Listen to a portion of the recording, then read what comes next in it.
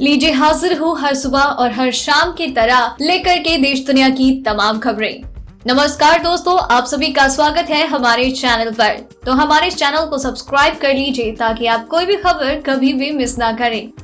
आज के इस वीडियो में जानेंगे कोरोना वायरस का देश में कहर, कितने लोग हुए पीड़ित और कितनों की अब तक मौत। 1 जुलाई से आपके खाते में आएंगे 10-10 हजार रुपए। शुरू हो रही है बड़ी योजना।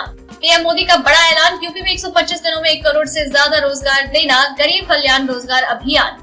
एसबीआई की नई चेतावनी, इस बार सावधानी नहीं बरती तो हो जाएगा अकाउंट खाली। 1 जुलाई से देश में लागू होगा अनलॉक 2, न कि सख्त लॉकडाउन। जाने कैसा होगा अनलॉक 2। इस राज्य में लागू हुआ 14 दिन का सख्त लॉकडाउन, फैल रहा है कोरोना संक्रमण। रेलवे ने 1 जुलाई से 12 अगस्त तक रेगुलर ट्रेन की सभी टिकट्स को कैंसिल किया है, मिलेगा पूरा रिफंड। लॉकडाउन के बाद फिर से शुरू हुई आधार कार्ड बनने की प्रक्रिया, ध्यान में रखने होंगे ये नियम। चलिए जानते हैं अब खबरें विस्तार से। भारत में कोरोना वायरस का कहर जारी है। देश में कंफर्म केसेस का आंकड़ा 4,91,170 के पार पहुंच चुका है और 15,308 से ज्यादा लोगों की जान जा चुकी है। वहीं 2,85,671 लोग ठीक हो चुके हैं। दुनिया भर में इस वायरस से 4,91,856 लोगों की मौत हो चुकी है। वहीं 97,14,809 कंफर्म केस सामने आ चुके हैं। हो सकता है जब आप ये वीडियो देख रहे हो तो ये आंकड़ा और बढ़ गया हो। 1 जून से देश में अनलॉक 1 को लागू किया गया। हालांकि अनलॉक 1 के दौरान भी मेट्रो, बस जैसी कई सेवाएं प्रतिबंधित रही। माना जा रहा है कि अनलॉक 2 में सरकार और ढील देने पर विचार कर सकती है। कुछ खबरें हैं कि सख्त लॉकडाउन भी आ सकता है, लेकिन पीएम मोदी ने मुख्यमंत्रियों के साथ हुई बैठक में इस बात को क्लियर कर दिया कि उन्हें लॉकडाउन 2 के बारे में सोचना चाहिए। लॉकडाउन नहीं आएगा, यानी अब 1 जुलाई से अनलॉक 2 लागू होगा, न कि लॉकडाउन।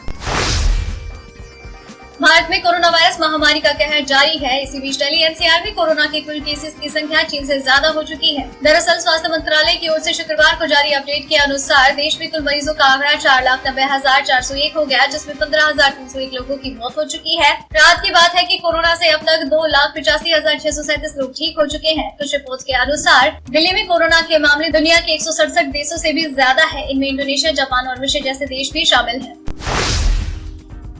चीन से तनातनी के बीच लेह में भारतीय सेना और वायुसेना ने साझा युद्धाभ्यास किया। इस युद्धाभ्यास में फाइटर और ट्रांसपोर्ट विमान शामिल हुए। युद्धाभ्यास का मकसद था दोनों सेनाओं के बीच में तालमेल बढ़ाना। इस युद्धाभ्यास में सुखोई लड़ाकू विमान और चिनूक हेलीकॉप्टर शामिल हुए। दरअसल भारतीय सेना को मालूम है कि वर्तमान गतिरोध के कारण LAC पर रक्षा कवच को कम नहीं किया जा सकता। अभी भी गलवान घाटी, पेंगोंग झील और दौलत बेग ओल्डी इलाके में चीनी सेना तैनाती पहले जैसी ही है। कोरोना के बढ़ते मामलों ने सभी राज्यों की चिंता बढ़ा दी है, लेकिन पूर्वोत्तर भारत में असम में हालात गंभीर हैं। असम में 6,000 से ज्यादा लोग कोरोना पॉजिटिव पाए गए हैं। बढ़ते मामलों को देखकर असम सरकार ने बड़ा फैसला लिया है। असम के कामरूप मेट्रोपॉलिटन जिले में 14 दिनों को लॉकडाउन का ऐलान किया गया है। ये लॉकडाउन 28 जून की रात को शुरू होगा और इसके अंतर्गत सैटरडे संडे को लॉकडाउन को पूरी तरीके से लागू किया जाएगा। और इस बात की जानकारी दी है राज्य के स्वास्थ्य मंत्री हिमंत बिस्वा ने। कांग्रेस नेता राहुल गांधी ने एक बार फिर से पीएम मोदी पर चीन विवाद को लेकर निशाना साधा। लद्दाख के गलवान घाटी में भारतीय सेना के 20 जवान शहीद हो गए, तभी से हालात तनावपूर्ण हैं। शुक्रवार को राहुल गांधी ने एक वीडियो जारी किया। राहुल गांधी ने कहा कि पीएम बिना डरे, बिना घबराए सच बताए कि चीन ने जमीन ली है और हम कार्यवाही करने जा रहे हैं। इस स्थिति में पूरा देश आपके साथ खड़ा है। WHO के प्रमुख डॉक्टर टेड्रोस एडम घेब्रेयेसस ने आगाह किया है कि भले ही यूरोप में कोरोना वायरस महामारी का प्रकोप कम हो गया है, लेकिन वैश्विक स्तर पर इसकी स्थिति और खराब होने वाली है। अगले हफ्ते तक कोरोना संक्रमितों की संख्या 10 मिलियन और मरने वालों का आंकड़ा 5 लाख तक पहुंच सकता है। डॉक्टर टेड्रोस ने अंतर्राष्ट्रीय समुदाय को आगाह किया है कि वायरस अभी भी फैल रहा है। ये समय हमें अपने आप को सुरक्षित बनाने का है, इसमें कमी नहीं होनी चाहिए। देश में पिछले 20 दिनों से डीजल की कीमतों में बढ़ोतरी हुई है। तेल विपणन कंपनियों ने कीमतों में आज भी इजाफा किया। भारतीय इतिहास में पहली बार डीजल 80 के पार पहुंचा है। दिल्ली में पेट्रोल की कीमत 80.13 रुपए, डीजल 80.19 रुपए लीटर हो गई है। IOCL की वेबसाइट में मिली रिपोर्ट के अनुसार कोलकाता, मुंबई और चेन्नई में 1 लीटर पेट्रोल की कीमत क्रमशः 81.82, 86.91 और 83.37 है, तो डीजल क्रमशः 75.34, 78.51 और 77.44 है।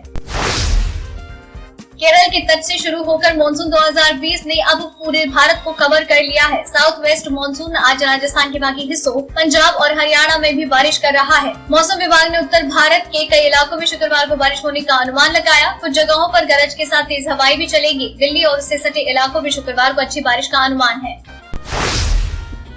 देश में तेजी से बढ़ रहे कोरोना मामलों के बीच भारतीय रेलवे ने 1 जुलाई से 12 अगस्त के बीच में नियमित ट्रेन के लिए बुक किए गए सभी टिकट्स को रद्द करने का फैसला किया। रेलवे बोर्ड के अनुसार अगर किसी यात्री ने इस दौरान इन ट्रेन में टिकट बुकिंग की है तो उसे 100% रिफंड मिलेगा। रेलवे के अनुसार इस दौरान सिर्फ स्पेशल ट्रेन चलेंगी जिनकी घोषणा मई और जून में की गई थी। इससे पहले महीने की शुरुआत में रेलवे ने लॉकडाउन के बीच चलने वाली ट्रेन की संख्या 15 जोड़ी से बढ़ाकर 200 कर दी थी।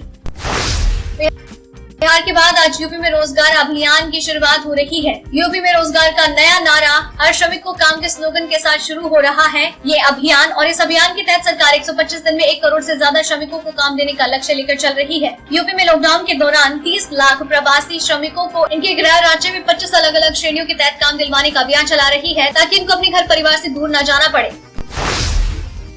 देश में कोरोना वायरस महामारी और लॉकडाउन के बीच देश के सबसे बड़े बैंक एसबीआई ने अपने करोड़ों ग्राहकों को अलर्ट किया। बैंक ने ग्राहकों को बताया कि बहुत जल्द ही एक साइबर अटैक हो सकता है। अगर ग्राहकों ने ध्यान नहीं दिया तो उनके बैंकों से पैसे गायब हो सकते हैं। एसबीआई ने अपने आधिकारिक ट्विटर हैंडल के जरिए अपने ग्राहकों को सूचित किया कि भारतीय कंप्यूटर आपातकालीन प्रतिक्रिया टीम ने भारत में एक फिशिंग अटैक की चेतावनी दी है। इस अलर्ट में कहा गया है कि साइबर अपराधी आपको कोविड-19 के फ्री टेस्ट के बारे में एक ईमेल भेजेगा और आपसे जानकारी मांगने की कोशिश करते हैं जिसका गलत इस्तेमाल उनके द्वारा किया जा सकता है।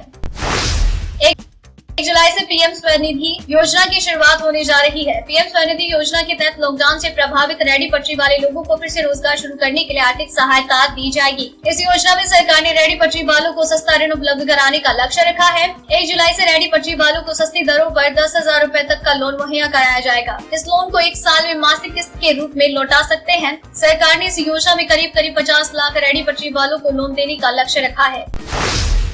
देश में लॉकडाउन शुरू होने के साथ ही आधार सेंटर्स पर ताला लग गया था। ऐसे में नए आधार कार्ड न बनने से परेशान लोगों के लिए राहत की खबर है। जिले में शुक्रवार से 95 दिन बाद आधार सेंटर खुल जाएंगे। आधार न बनने के कारण सेंटर्स चालकों की रोजी रोटी पर असर पड़ा था, लेकिन अब आधार बनाते समय कुछ सावधानी रखनी होगी। लेकिन अगर ऐसा नहीं हुआ तो वापस इन्हें बंद भी किया जा सकता है।